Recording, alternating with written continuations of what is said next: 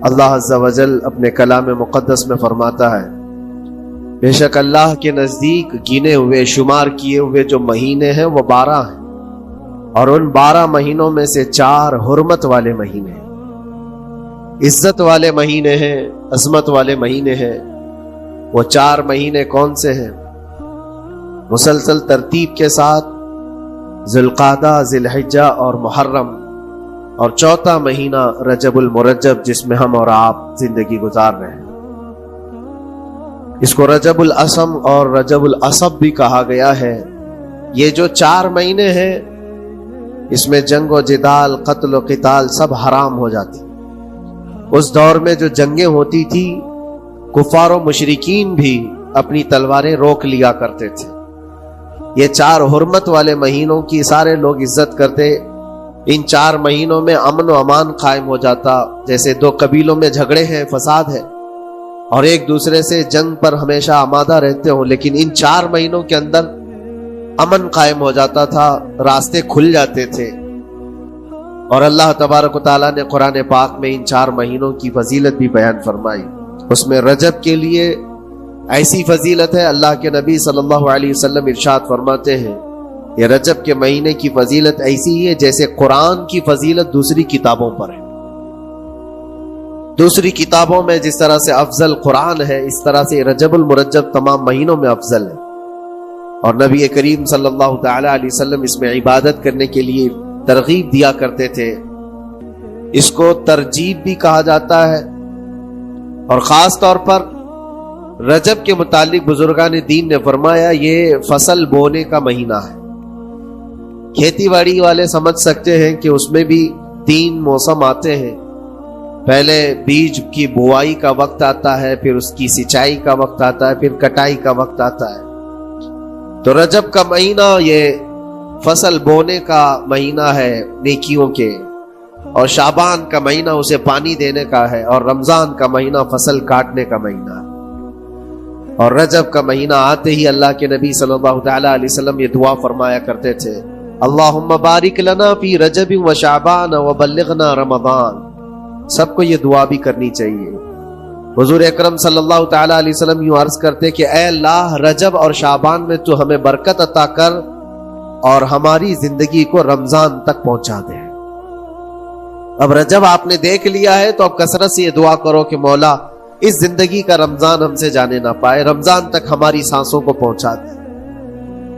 یہ دعا کثرت سے ہر نماز کے بعد بھی ہونی چاہیے۔ رجب آتے ہی میرے عزیزوں یہ عبادتوں کا موسم شروع ہو چکا ہے، اور سب جانتے ہیں رجب کے بعد پھر ہمارے ہاں مسلسل ایسی شب بیداریاں اور عبادت کے موسم نظر آنے لگتے ہیں۔ پھر شعبان بھی، اس میں رجب میں بڑی رات آتی ہے، شب معراج، اور اس کے بعد شعبان میں شب برات، پھر اسی طرح رمضان کا موسم بن جاتا ہے۔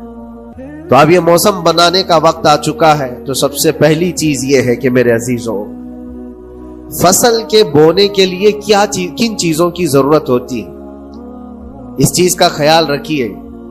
بیج اگر کھوٹا ڈالے ہو اور ویسی ہی فصل آنے کا انتظار کرو گے تو پھر نہیں ہوگا۔ بیج کو کھرا اور خالص ہونا چاہیے۔ جو نیکیاں کرنا چاہ رہے ہیں اس کو صاف ستھرے اچھے ماحول میں کیے جانے چاہیے۔ کھیتی باڑی کرنے والا جانتا ہے بیج تو وہ بو رہا ہے، زمین بھی اچھی ہے، ساری چیزیں، کئی چیزوں کی ضرورت ہوتی ہے، بیج بھی اچھا ہو، زمین بھی اچھا ہو، موسم بھی اچھا ہو، تب جا کر کے اس کی فصل نکلتی ہے۔ بیج اچھا تھا، زمین اچھی نہیں تو بھی فصل نہیں آتی۔ بیج بھی اچھا ہے، زمین بھی اچھا ہے، موسم صحیح نہیں ہے تب بھی فصل نہیں آتی۔ ابھی آپ کے پاس 3 چیزوں کا ہونا ضروری ہے، بیج اور زمین اور موسم۔ بیج جو ہے یہ نیکیاں ہیں، اور زمین تمہارا دل ہے، اس کو اتنا ہی پاک ہونا ضروری ہے۔ اور موسم یہ رجب کا ہے، اس میں تو کوئی شک نہیں ہے کہ عبادتوں کا موسم ہے، فصل کی اچھے لانے کا موسم ہے۔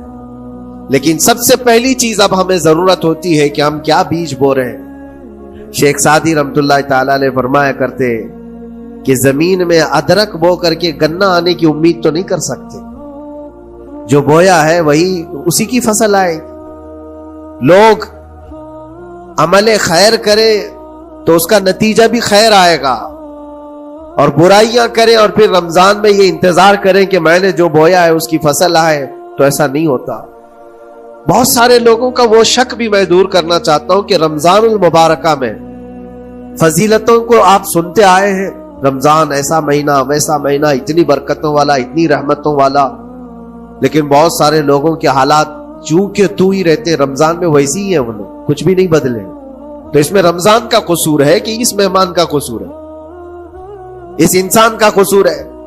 وجہ یہ ہے کہ رمضان المبارکہ یقیناً اتنی برکتوں اور رحمتوں اور سعادتوں لے کر کے تو آتا ہے، لیکن تمہیں 2 مہینے پہلے سے کہا گیا تھا کہ فصل کے لیے تیاری کرو، تم نے بیج نہ بوئے، اپنی زمین کو صحیح کیا ہی نہیں، پھر رمضان میں جو بارش ہو رہی ہے اس کا فائدہ کیا ہے؟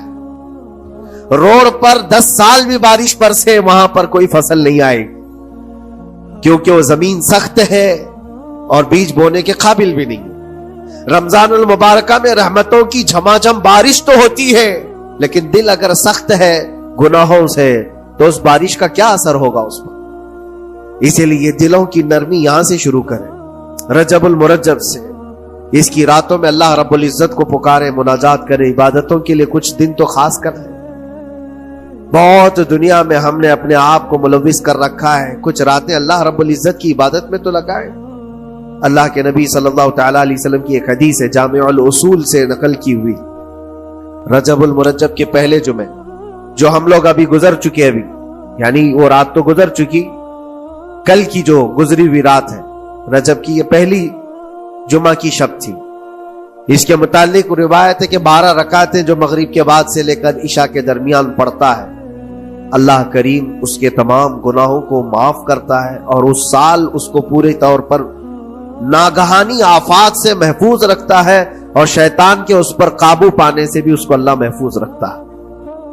تو یہ تھی تیاریاں، یہ ساری چیزیں ابھی سے تیاریاں ہونی چاہیے۔ رجب کے 3 دن آتے ہیں جس کے متعلق فرمایا گیا ہے ایام بیز میں بھی 13، 14، 15 یا 14، 15، 16 یہ جو تاریخیں آتی ہیں اس میں روزے رکھو۔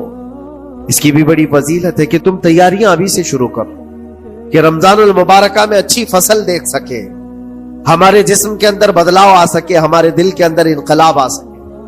اور تیاری یہاں سے نہ کر کے صرف رمضان میں ہی امید لگائے بیٹھتا ہے تو میرے عزیزوں کچھ تو صفائی کی ضرورت ہوتی ہے۔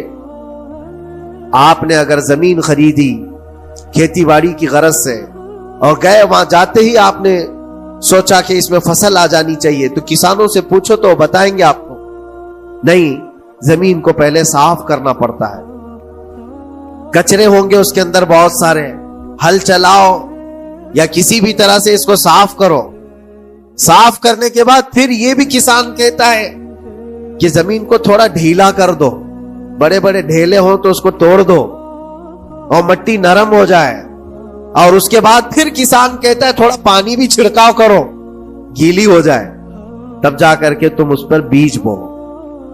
میرے عزیزو یہ رجب بیج بونے کا موسم ہے، تو پہلے زمین کو ڈھیلا تو کر لو، زمین کے اندر جو کچرے ہیں اس کو نکال تو دو، دل کے اندر جو وسوسے بھرے ہوئے ہیں، گناہوں کے خیالات بھرے ہوئے ہیں، اس کو پاک تو کرو۔ اس کو پاک کرنے کے لیے اللہ کریم کی بارگاہ میں آ کر گڑ گڑاؤ، تمہارا ایک آنسو تمہارے تمام گناہوں کو اور اللہ کے غضب کو ٹھنڈا کر دیتا ہے۔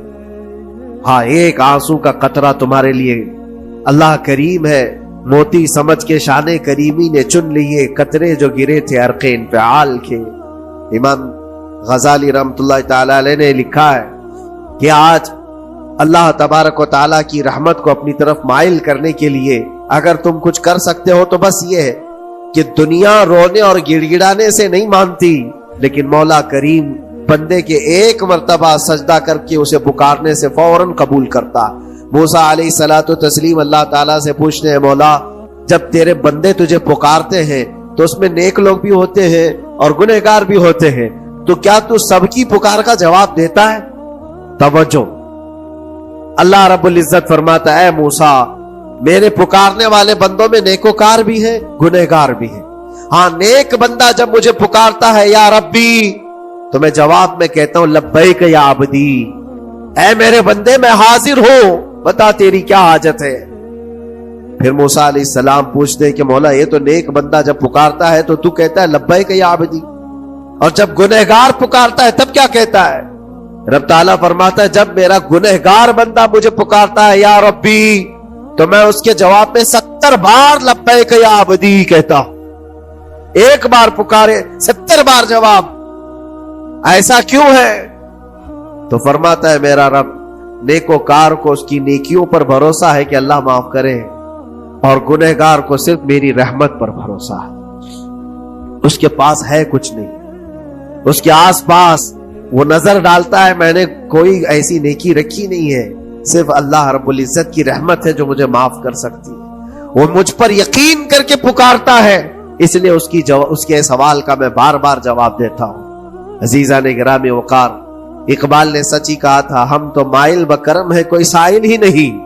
یہ رب تبارک و تعالیٰ کی طرف سے ہے کہ اللہ تبارک و تعالیٰ کرم پر کرم کرنے کے لیے موقع عنایت کرتا ہے، یا بندے کو آنے کا موقع ہی نہیں ہے، بندہ آنا نہیں چاہتا ہے۔ اس سے پہلے کہ تمہارے ساری چیزیں بند ہو جائیں، دروازے ختم ہو جائیں، اللہ رب العزت کی بارگاہ میں آؤ اور اسے پکارو، یقیناً یہ تمام چیزیں تمہاری زندگی میں انقلاب لاتی ہیں، بہت بڑی تبدیلی لاتی ہیں۔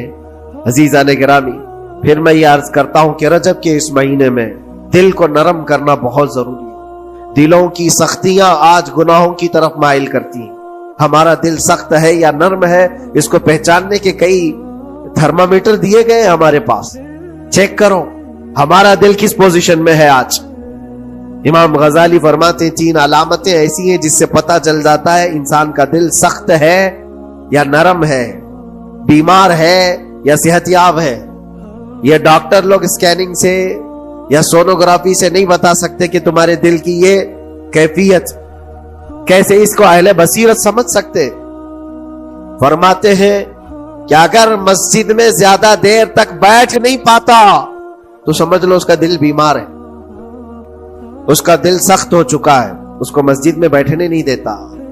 یہی دل ٹیلی ویژن کے سامنے 3 گھنٹے بیٹھے، اس کو کچھ بھی اکتاہٹ نہیں آتی، موبائل پر گیم کھیلتا رہتا ہے، 4 گھنٹے گزر گئے کہ 5 گھنٹے گزر گئے اسے پتہ ہی نہیں۔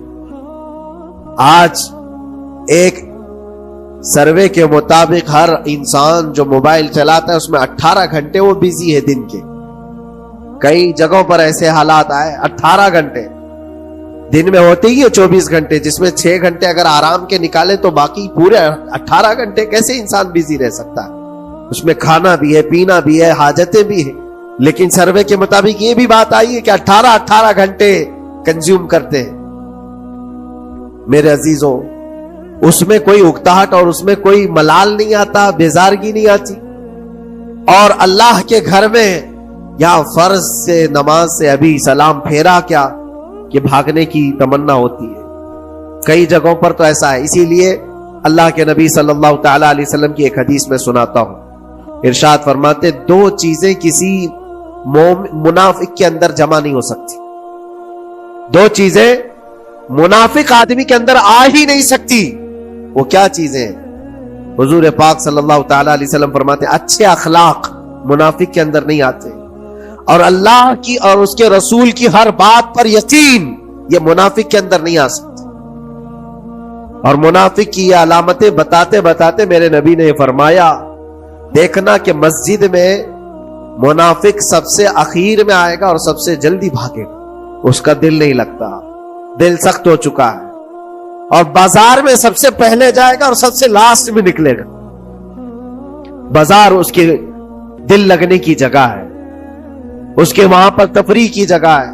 اور مومن کی علامت یہ فرمایا کہ مومن مسجد میں جلدی آتا ہے اور دیر سے جاتا ہے، اس کا دل لگا رہتا ہے۔ اور مومن بازار میں لوگوں کے شروعات میں نہیں، اپنی ضرورت کے مطابق گیا اور نکل آیا۔ اور فرماتے ہیں میرے آقا صلی اللہ علیہ وسلم، روئے زمین پر سب سے اچھی جگہوں میں سے کوئی جگہ ہے تو اللہ کا گھر ہے، مسجد ہے، اور سب سے بری جگہوں کے متعلق فرمایا بازار ہے۔ اب یہاں پر دلوں کے متعلق میں عرض کر رہا ہوں کہ کس کا دل کس پوزیشن میں ہے، اسے آج خود آزما لینا چاہیے۔ دوسری علامت، امام غزالی فرماتے ہیں قرآن پاک کھولے گا وہ صفحہ 2 صفحہ سے زیادہ پڑھ نہیں پائے گا, بند کرنے کا دل کرے گا. یہ تو چھوڑو اٹھانے کے بعد پڑھنے نہ پڑھنے کی بات ہے, کچھ تو چھونا بھی نہیں چاہتے, اٹھاتے ہی نہیں. سال پورا ہو گیا تو قرآن پکڑتے نہیں, تو پھر دل کی کیفیت کیا ہو چکی ہوگی, دل کیسا مریض ہوگا. بعض لوگ ہم سے یہ کہتے بھی تھے کہ حضرت پڑھنا تو آتا نہیں, کیا کریں گے قرآن. کہا اٹھانا تو آتا ہے. میں نے ان سے پوچھا قرآن اٹھانا تو آتا ہے, جب قسم کھانے کی بات ہوتی ہے تو کیسے قرآن اٹھا لیتے ہو, سر پہ رکھ لیتے ہو. اسی طرح سے قرآن کو ہی اٹھا کر کے سینے سے لگا کر اللہ کی بارگاہ میں دعا کرو کہ مولا میرے دل کے دروازے کھول دے. اور قرآن کوئی سخت چیز نہیں ہے, اللہ وعدہ فرما رہا ہے ہم نے قرآن یاد کرنے کے لیے آسان بنایا ہے. کوئی یاد کرنے والا, وہ خود قرآن تمہارے دل میں اتر جائے گا. کوشش کرو. دل کی بیماری کی 2 علامتیں میں نے بتایا. اگر بیمار دل ہے تو زیادہ یہاں بیٹھ نہیں سکتا اور زیادہ دیر قرآن پڑھ نہیں پاتا. تیسری بات فرماتے ہیں کہ تیسری علامت یہ ہے کہ ہمارا دل اگر سخت ہو چکا ہے تو جیب میں پیسے ہوں گے لیکن کوئی مانگ رہا ہوگا اللہ کے نام پر, دینے کی طبیعت نہیں ہے, کہیں دینے کی طبیعت نہیں کرتی. اور یہ چیز ہاتھ اٹھانے کو تمہارا دل نہیں کرتا تو سمجھ جاؤ کہ دل بیمار ہے. اور دل کی بیماری لے کر کے اگر کوئی رجب میں سوچتا ہے کہ میں بیج بوؤں گا تو کیا فائدے کا, زمین سخت ہے, زمین سخت ہے اور اس پر بارش بھی ہوگی تو کچھ فرق نہیں پڑتا, فصل نہیں آئے گی. دل کو نرم کرو. اور ایک علامت میں بتاؤں, اور ایک علامت کہ دل نرم ہے یا سخت ہے, اس کی ایک علامت یہ بھی ہے, اللہ کا جب ذکر کرے, جنت کا جب ذکر کرے, جہنم کے عذابات کا ذکر کرے, قبر کے معاملات کا ذکر کرے, حشر کے سوالات کا ذکر کرے, تو اس کی آنکھیں ڈبڈبا جائیں اور آنسو نکل آنے لگے. قرآن کی آیتیں سن کر کے اس کا دل ہلنے لگے اور آنسو آ گئے تو سمجھ جاؤ کہ اس کا دل نرم ہے. ابھی اس کا دل بیمار نہیں ہوا, ابھی اس کا دل بیمار نہیں ہوا. لیکن یہاں تو پوزیشن الگ ہے, سچویشن الگ ہے. ہم تو پتہ نہیں کن کن چیزوں میں رو لیتے ہیں لیکن اللہ کا کلام سنتے ہوئے کسی کے کان پر جوں بھی نہیں رینگتی. لوگ تو گانوں پر تھرکنے والے اور نغموں پر اچھل کود کرنے والے وجد کی بات کرتے ہیں, لیکن اللہ کا کلام پڑھنے پر کوئی کسی کو وجد کیوں نہیں آتا. یہ ایمان کی علامت ہے. قرآن میں اللہ نے فرمایا اذا تلیت علیہم آیاتہ زادتہم ایمانا, جب اللہ کی آیتیں ان پر تلاوت کی جاتی ہیں مومنین پر, ان کا ایمان بڑھ جاتا ہے. کیا آپ امام کے پیچھے قرات سن کر کے اپنے دل میں ہلچل محسوس کرتے ہیں؟ سننے کی طبیعت کرتی ہے. بلکہ ادھر نماز پڑھ کر کے جانے کے بعد آدھے گھنٹے کے بعد پوچھے آج پہلی رکعت میں کیا پڑھا تھا, دوسری رکعت میں کیا پڑھا, آپ کو پتہ ہی نہیں رہتا. یاد ہی نہیں امام صاحب کیا پڑھ رہے تھے, میں تو دکان کا حساب کتاب کر رہا تھا, کیا خبر ہے کہ انہوں نے کیا پڑھا. تو قرآن کو توجہ سے پڑھے ہوتے تو تمہارے دل میں بھی وہ باتیں اثر کر رہی ہوتی. میرے عزیزوں, کتنے ایسے لوگ ہیں جو صرف اور صرف قرآن پاک کی تلاوت کی وجہ سے دلوں کو نرم کر دیا گیا ہے.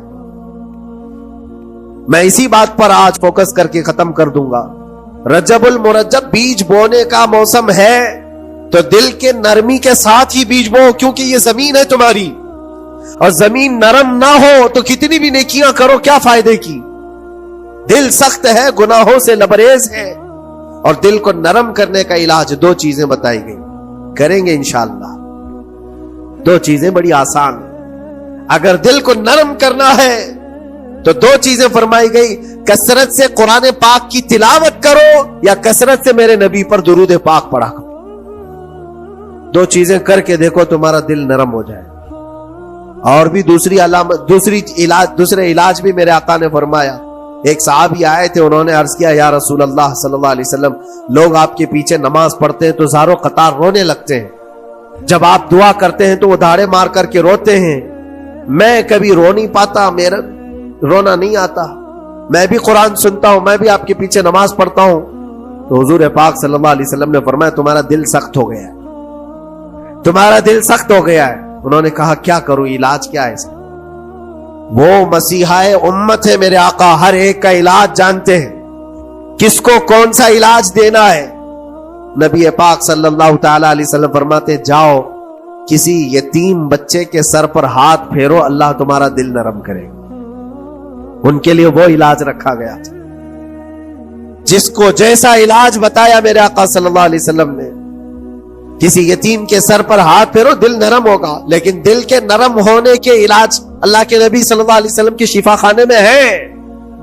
آج سے آپ کثرت سے درود پاک پڑھو، پھر دیکھو آپ کے دل کے اندر انقلاب آتا ہے یا نہیں آتا۔ آپ کے چہرے کا نور بڑھ جائے گا، زبان کا اثر بڑھ جائے گا، عمل خیر کی طرف رغبت بڑھ جائے گی۔ کثرت سے جب بندہ حضور پاک صلی اللہ علیہ وسلم پر درود پڑھتا ہے، اس کی زبان سے جھوٹ نکل جاتا ہے، گالی اس کی زبان پر نہیں آ پاتی ہے، کیونکہ وہ پاک کرتا چلا جاتا ہے اپنی زبان کو اللہ کے نبی کا نام لے کر کے۔ میرے عزیزو، اس میں دقت کیا ہے درود پاک کثرت سے پڑھنے میں؟ آپ جہاں چل رہے ہو، پھر رہے ہو، اٹھ رہے ہو، بیٹھ رہے ہو، انتظار میں ہو، سونے کے لیے جا رہے ہو، زبان ہی تو ہلانا ہے میرے نبی پاک صلی اللہ علیہ وسلم کی بارگاہ میں درود پڑھ کر کے۔ اور ضروری نہیں ہے کہ بہت لمبے لمبے درود پاک آپ کو یاد کرنے ہو، صلی اللہ علیہ وسلم بھی پڑھ لیا تو یہ درود پاک ہے، یہ درود پاک ہے۔ یا تو پھر الصلاۃ والسلام علیک یا رسول اللہ کہتا ہے تو یہ بھی درود پاک ہے، درود پاک ہے یہ۔ اور دل کو جب نرم ہو جائے گا تو انشاءاللہ العزیز آپ اس کے اثر بھی دیکھیں گے، اس کے اثر بھی دیکھیں۔ کیسے کیسے لوگوں کی بات میں کروں میرے عزیزوں، آپ کو پتا ہے تاریخ کے اوراق الٹ کر کے دیکھو۔ ایک صحابی حضرت نعیم، وہ راستے پر گزر رہے تھے، دیکھا ایک کڑیل جوان مکہ کا، جس کو سارے لوگ دیکھ کر پہلوان کہتے اور ڈرتے تھے، گھبراتے تھے۔ 27 سال کا کڑیل جوان ہے اور ہاتھ میں تلوار کھینچے ہوئے تیزی سے آ رہا ہے۔ یہ پہلوان کوئی اور نہیں، عمر ابن خطاب ہے۔